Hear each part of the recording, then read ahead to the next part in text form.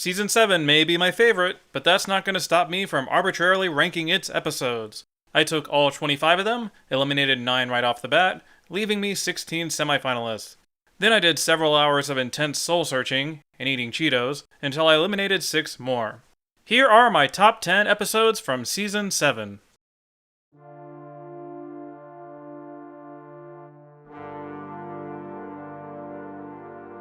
Homer the Smithers is making this countdown because of his jokes. Also because Homer punches Mr. Burns in the face, which is one of the most eerie and cathartic moments in the series, but it's mostly for the jokes. This episode really gets the Burns-Smithers dynamics, knowing what kinds of situations to put them in to maximize the funny. They're like an old married couple by now, getting into these little arguments and falling into guilt traps. And then Homer takes this dysfunction to a new level. Act 2 is pretty much one hilarious Homer screw-up after another. I really like how upbeat and well-meaning he is throughout this whole ordeal, that Homer's actually giving it the old college try, even if he has no idea what Mr. Burns actually wants. It makes his later explosion so much more meaningful, that he just can't keep trying anymore. We'd never seen Mr. Burns reduced to this kind of low before. It's compelling seeing him try to take those first little baby steps towards self-sufficiency. Mr. Burns is surprisingly resilient. Yeah, the ending sort of resolves itself via a giant brawl, but honestly, throwing Mr. Burns out the window gives it some nice symmetry. This episode gets a thumbs up from me.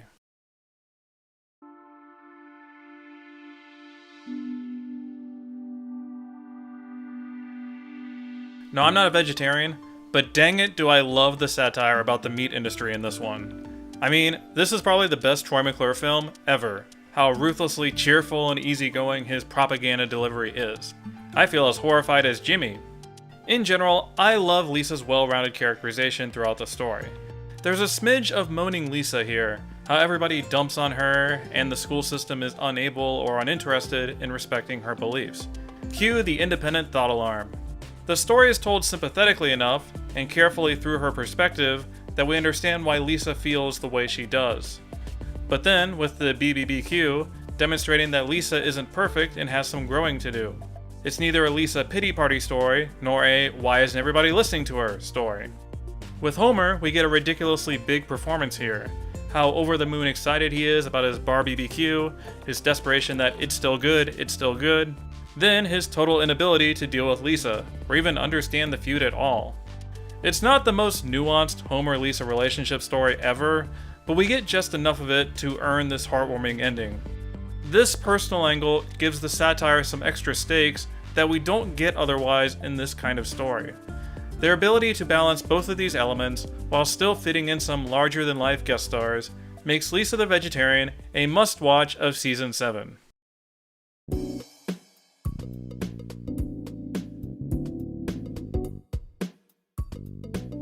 You know, I think King Size Homer might be a hybrid of almost every type of Homer story ever. It's a power plant episode, it's a family relationship episode. Homer and Lisa fight over the issues, Homer and Marge fight over their marriage. We even get a wacky and misguided scheme assisted by Bart. Basically, there's a lot of variety here. It's not just 3 acts of Homer trying to keep that wacky scheme going. Instead, we get a very breezy Act 1, featuring exercise guru Mr. Burns and Chocotastic guru Dr. Nick. But after that point, it morphs into a more observational story about Homer's new status quo. They don't need to make this a full-blown issues episode, they can instead focus on the relationships, then pivot to something a little more dangerous. And despite hitting so many different kinds of dynamics, the story is still well plotted and coherent. When that wacky Act 3 shift happens, none of the elements feel out of place. Of course Homer's butt stops the radioactive gas in the end. There's plenty of awesome jokes as well. I really love this 1-2 punch of Homer overwhelming this ice cream truck, and him clearly demonstrating how he's not some food-crazed maniac.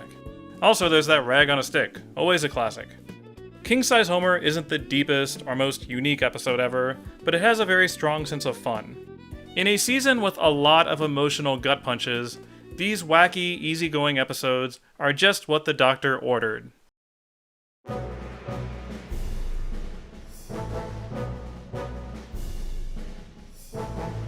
Action, adventure, danger, intrigue, grandpa. Wait, grandpa? This is such a special and unique episode of The Simpsons, and should honestly get more attention. Yeah, maybe it's not a super top tier episode in terms of jokes or feels, but it has so much excitement and atmosphere. Who honestly cares about that stuff? Of course, I shouldn't discount the joke writing completely, because there are certainly a bunch of hilarious moments in it. The majority of Act 2 is full of wacky Mr. Burns stuff, one carefully crafted scheme after another. Grandpa has a lot of character-driven humor too. But the stakes of the plot is the real draw here. There aren't a lot of stories driven by Mr. Burns trying to murder a Simpsons family member. The mystery is well paced. First is general intrigue, then letting the audience in on the backstory with Bart. We understand where he's coming from here. We're used to Grandpa's tall tales and don't take him seriously. Casting Grandpa in this kind of story suits him well. It is a perfect way to show off how he can rise above expectations. In addition, this is legitimately one of the most beautifully animated episodes ever, full of these muted color palettes, sharp contrast, and shadow work. This is seriously one of my top 5 favorite visual moments in the entire series. This is the perfect episode for when you're in the mood for something different, something faster paced and more exciting than the typical Simpsons fare. The Flying Hellfish episode is one hell of a ride.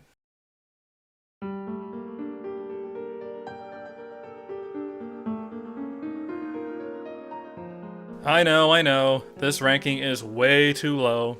It's just, Season 7 is ridiculously good. Some top-tier episode is gonna have to fall to number 6. Sorry, Mona. Naturally, the ending of Mother Simpson gets all the love, and for good reason. That visual, that credits music, everything about it is perfect. One of the best Simpsons endings ever. However, it's not like this episode is a one-scene wonder or anything. It's also got memorable moments like Homer faking his death, the tombstone joke, Mona Simpson's backstory, and Joe Namath's wild revolutionary hair.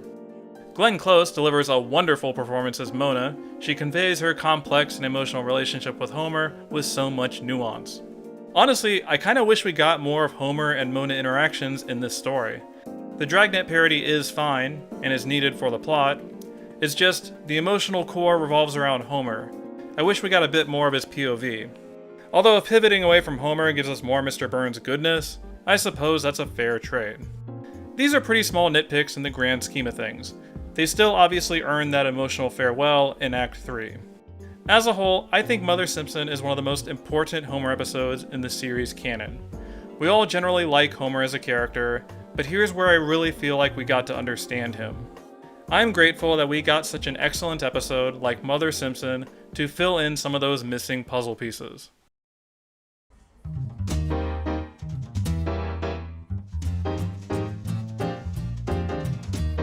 "22 Short Films About Springfield" is so much fun.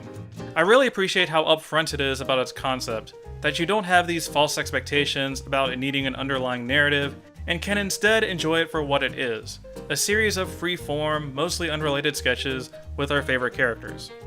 It contains my favorite sequence in the entire series, even if the internet has kind of run it into the ground by now, or burnt it to the ground. But there's a lot of other classic segments, like the Burns-Smithers bike ride, the Chief Wiggum Pulp Fiction stuff, Moe frantically flicking the light switch from behind the glass. The Cletus segment is easily one of the most mind-numbingly pointless things I've ever seen, and I love it so much for it. Now, not all the short films rise to the level of steamed hams, I guess. Like the Bumblebee Man segment doesn't do a lot for me. But there's so much variety here, there's gonna be something here for everyone. Surprisingly, I haven't even mentioned the Simpson family yet. This isn't meant to be a criticism, their stories are totally solid and worthwhile. But I think that's what makes this episode so appealing. That they can just be another face in the crowd, that they can share the spotlight with all these secondary characters. 22 Short Films About Springfield definitively proves how far The Simpsons has come in its first 7 seasons.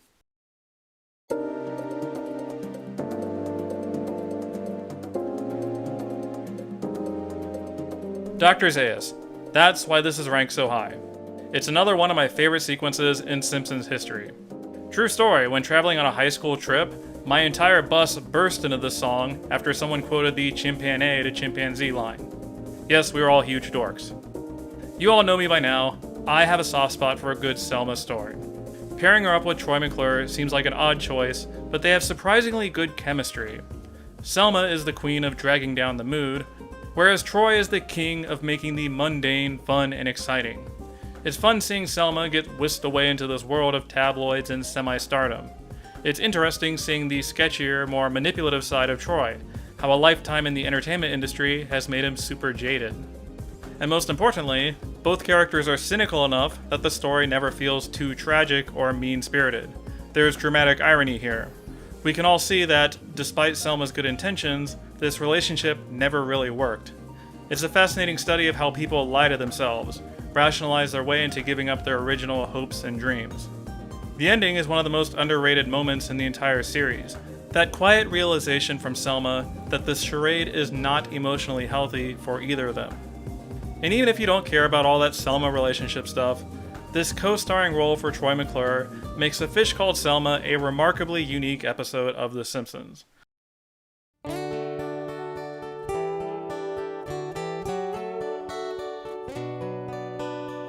Alright, gonna be brief this time, as there's a whole extra seconds on this. But Summer of 4'2" is a fascinating study of social dynamics and the moral of being yourself. It really gets at how social anxiety can put so much pressure upon ourselves, even if the actual situation is fairly mundane and low stakes. In addition, it doesn't fall into the simple be yourself platitudes seen in other media, that it gives pragmatic advice, that it's important to make an effort to relate to other people and try something new. Be yourself, but allow yourself to grow. The rest of the family balances out Lisa's storyline well, adding a wacky and absurd side plot, playing a supportive role, or by simply being the dud. Having Milhouse here was a brilliant decision. We get a lot of great jokes out of him, and provide some contrast about how Bart views his friendship. Honestly, it's kind of hilarious how butthurt Bart is the entire time, that he just can't let his sister have this thing.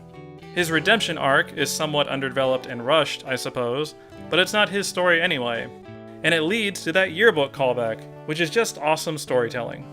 Summer of 4'2" is one of the most wise and inspirational episodes of The Simpsons, and everyone should watch it after having a bad day. Like, whatever.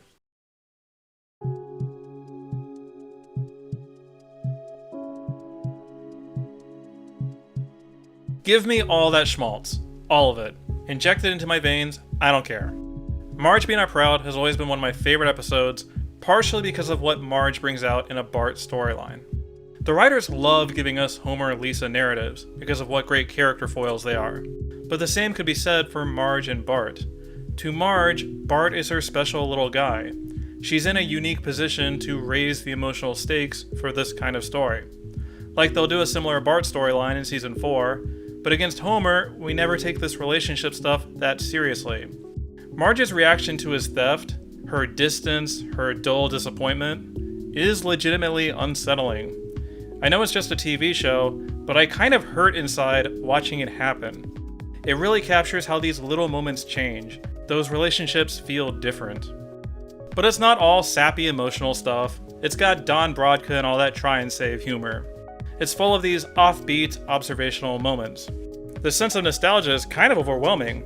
That snapshot of 1990s retail, or them wandering around different departments and getting a family photo taken. It's got a ton of awesome video game humor too, especially that final callback to Lee Carvalho's putting challenge. Also, did The Simpsons predict Smash Brothers? I know this episode has its share of detractors. It is ridiculously sitcom-y. But I don't care. Bart is America's bad boy, and you need a story with deep emotional stakes if you're going to get a character study out of him. Marge Be Not Proud succeeds at a level that Homer Bart stories can't even touch.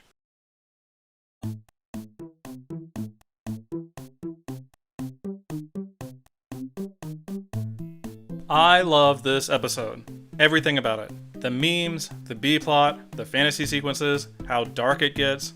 Right from Bart's opening prank, it is clear that we are about to go on a journey.